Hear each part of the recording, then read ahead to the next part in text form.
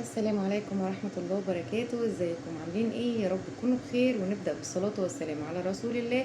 اللهم صل وسلم وبارك على سيدنا محمد وعلى آله وصحبه أجمعين. برضو مرارا وتكرارا يا مدام دعاء، السوق نايم ومش شغال واحنا مش عارفين نشتغل. وناس تانية بتقول لا السوق شغال حلو جدا، وناس تالتة بتقول والله ده انا بعمل الاعلان ما بيجيبش مردود، وناس رابعة بتقول والله ده انا شغالة زي الفل. واحنا مش عارفين نصدق مين ولا مين ولا نعمل ايه. انا قلت لكم السوق نايم، بس الشغل ما بيقفش على حد. يعني احنا لازم نجتهد ولازم نشتغل ولازم نعمل كل اللي علينا علشان ربنا يدينا على قد ما احنا ما بنتعب. فان شاء الله كده نحاول ان احنا نعمل زي ما انا ما قلت لكم، ننوع في الاعلانات، نحاول ننوع في البوستات، نحاول ننوع في الكلام. دي اهم حاجة والله، بقولها لكم مرارا وتكرارا وعن تجربة شخصية، ان انتم لو نوعتوا في طريقة الاعلانات، طريقة البوستات، طريقة عرض الصور، صدقوني بتفرق جدا مع العملاء. وحاولوا ان انتوا مش طول الوقت لاستر لاستر لاستر لاستر، لا، معلومات بقى عن لاستر. عايزين بقى معلومات عن لاستر، عايزين معلومات في المطبخ، عايزين معلومات تفيدنا في البيت. تعرفي لو رشيتي مش عارفة ايه في البيت وعملتي ايه دي بتشيل الطاقة السلبية، ولو حطيتي ايه بيجيب الطاقة الايجابية، ولو عملتي ايه اللي بيحصل في ايه. الحاجات دي بتفرق جدا جدا مع العملاء فوق ما تتخيلوا. انا كدعاء لو دخلت جروب على طول بيقعد يقول لي النظافة قبل وبعد كذا، صورة قبل وبعد فيها كذا وكذا وكذا، همل وهزهق. لكن لو انا لقيته يعني في بعض من الاوقات، انا طبعا في الاول ما كنتش عارفه الحركه دي، ولا كنت بعملها ولا في بيجاتي ولا في جروباتي ولا في اي حاجه. وما كنتش اعرف اي حاجه عن اي حاجه في الحاجات دي خالص. بعد كده لقيتني واحدة واحدة. انا ذات نفسي زهقت من صفحتي، زهقت ومليت منها، رغم ان كل واحد بيبقى قاعد بقى كل يوم يبص كده في الصفحة بتاعته، الله إيه البوستات الحلوة دي، إيه الكلام اللي انا عامله ده، ومعجب قوي بشغله، ومعجب قوي بان هو بقاله سنين شغال على الحاجات دي، وان هو بيعلن بقاله فترة، وانه الشغل بتاعه، شوف يا ده انا زمان كنت بعلن البوستات كانت شكلها ايه، دلوقتي بقيت اعلن البوست بقى شكله ايه كده. فبصراحة ما شاء الله تبارك الله، الحاجات دي بتغير الفكر تقريبا 300%. يعني مش هقولك 100%، لا 300%. فإن شاء الله بإذن الله لو احنا قدرنا ان احنا آه، يعني نوفق ان احنا نخلي الصور الديزاينات ماشية مع مش هقولك ان لازم كله يبقى لون واحد، يعني احنا مش هنقدر ان احنا نعمل كده على طول باستمرار، بس الالوان تبقى مقاربة من بعضها. الصفحة يعني اللي هو الغلاف، الصورة بتاعت الغلاف تبقى مطابقة او متماشية مع اللهم ذكرني اللوجو، ماشية مع كل حاجة، ماشية مع بعضها بطريقة شيك ومنظمة ومنمقة. انا ما كنتش عاملة كل الكلام ده، وما كنتش بعرف اعمل حاجة من الحاجات دي خالص، وكنت بخلي ناس هي اللي تعمل لي الكلام ده. دلوقتي انا اللي بدرب ناس تحت ايدي يشتغلوا ازاي على البرامج دي، وهم بيكملوا الشغل من ورايا، هم اللي شغالين وبيكملوا الشغل من ورايا. فبسم الله ما شاء الله تبارك الله، اللهم بارك، ما شاء الله كله شغال زي الفل.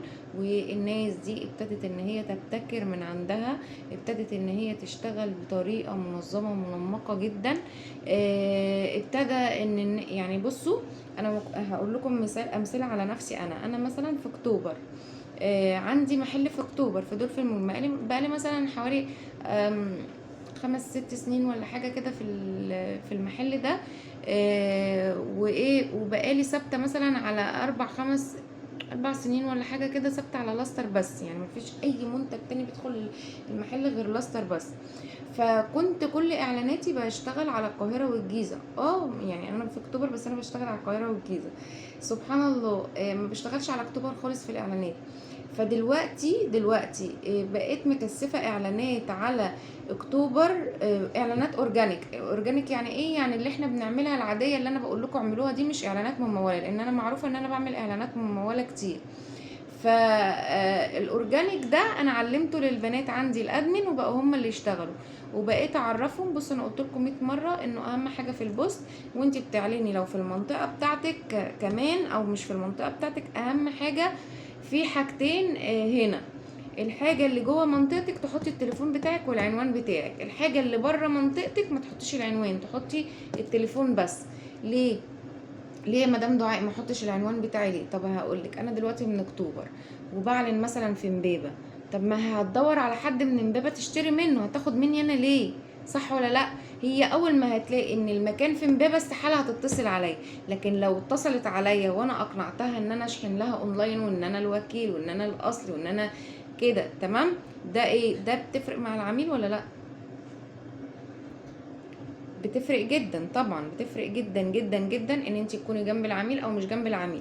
يفرق معاه بقى لما بعد كده يعرف ان انت مش جنبه، واللي يشجعه ان هو يشتري منك ايه؟ ان انت المنتج الاصلي، ان انت وكيل، ان انت ليكي مميزات هو لازم يحس بالمميزات دي. ولو ما حسش بيها من طريقة كلامك، انا ليه برد انا بنفسي على التليفونات؟ انا ساعات بيبقى عندي ضغط فوق ما تتخيلوا. يعني انا حتى قلت لكم قبل كده ان انا بشتغل في احدى الجامعات الخاصة من الساعة 8 للساعة 4، ساعات كتير جدا ما بقدرش ارد على التليفونات. الصبح خالص من 8 ل 4 بيكون عندي شغل ضغط جدا، لكن لو انا في الشغل وفاضيه شويه وقدرت ان انا ارد على التليفونات برد على التليفونات، وربنا هو اللي هيحاسبني باذن الله يعني. ما قدرتش ارد على التليفونات، برجع بروح المحل. انا بمشي من هنا الساعه 4، بوصل هناك قولي 4 وتلت كده، 4 وربع في المحل، لانه مفيش 10 دقايق جنب الجامعه على طول. اروح على المحل امسك الليست بتاع التليفونات كلها، اتصل عليهم واحد واحد انا بنفسي، او لو خليت حد اللي يتصل عليهم يبقى بيتصل وانا قاعده. وان كلامه ما عجبنيش، انا حاولت مع شخصين، مع اختي ومع حد تاني، ان هم يردوا على التليفونات، لقيت ان التليفونات مش بيترد عليها زي ما انا ما برد عليها، مش بيكلموهم بنفس الطريقه اللي انا بكلمهم بيها. فمنعت خالص، خليت التليفون معايا، الا في الفتره اللي كان ابني عامل فيها حادثه الحمد لله وربنا عداها على خير. في الفترة دي بقى انا اديت التليفون لاختي شهر كامل. كان في الفترة دي عندي ضغط رهيب في التليفونات، كان في اعلانات ممولة وكنا شغالين شغل من نار، فكان التليفونات ما بتبطلش، وانا طبعا ناس داخله وناس خارجه وابني تعبان، وكان كسر في الجمجمه وحوار كبير جدا. فكان الحمد لله اللهم عافاه، يعني الحمد لله ربنا يشفينا ويشفي اولادنا كلهم ويحفظهم كلهم من كل شر.